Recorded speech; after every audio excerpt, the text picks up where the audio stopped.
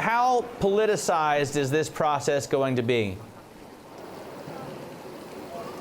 Well, Matt, good morning. I think those words from the head of the European Council, Donald Tusk, really tell you that this should be, in principle, a fair competition. This should not be a power grab, and every country needs to be represented. But on the ground is a very different story. Obviously, the European Central Bank, the European Commission, this is the holy grail of European politics. And the French, the Germans, and so on, they've made it clear they want to get big jobs with the new political cycle here. And it's very apparent, and I think this is very obvious yesterday in Sibiu, the European leaders are clearly not in a position to shortlist candidates, but also they're not in a position to agree on the system by which they should be elected. So we had people like Emmanuel Macron, the French leader, come out and say maybe it should not be just a reflection of the European elections. It should be a more open competition, and that could also bring up new names like Michel Barnier. There's a lot of hype around him. Maybe he might end up at the European Commission, but what's very clear is that this will be a very tight and competitive race.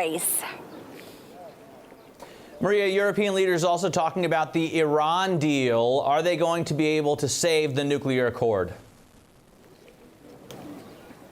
Yeah, Matt, and this is a very tricky question. I think everyone made this also very clear yesterday. The Europeans feel increasingly almost isolated between two big blocs. So they have the United States on one side, and then they have Russia and China on the opposite. And they find that there's very little room to actually move. And you have to keep in mind, this is a deal that the Europeans said was working. It was a deal that they endorsed and negotiated, and also criticized President Trump when he walked away from it. Now, yesterday they said they do not accept that 60-day take it or leave it offer that Iran put on the table. But at the same time, I would point to the words of the Austrian Chancellor, Sebastian Kurz, who was very candid and said the reality is the deal lost a lot of value when the U.S. walked away from it. So the risk here is that we're heading to a slow death of this deal.